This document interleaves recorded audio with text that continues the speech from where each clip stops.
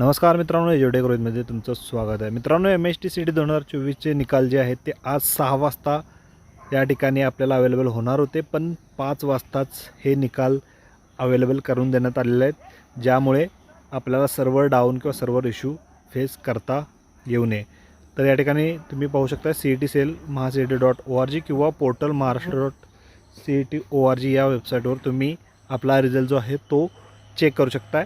सध्या या ठिकाणी मला वाटते 6 वाजता अवेलेबल होईल, पण या ठिकाणी सर्वात पहिल्यांदा आपल्याला रिझल्ट जो आहे तो देण्यात आलेला. तुम्ही या ठिकाणी CETCELच्या ऑफिशियल वेबसाईटवर जाऊन हे नोटीस करू शकता किंवा माझ्या डिस्क्रिप्शनमध्ये मी या 2 लिंक दिलेल्या आहेत. सेकंड लिंकवर तुम्ही जाऊन आपला निकाल जो आहे तो साइन इन करून लॉग इन करून आपला एक स्कोअर कार्डचा ऑप्शन भेटेल.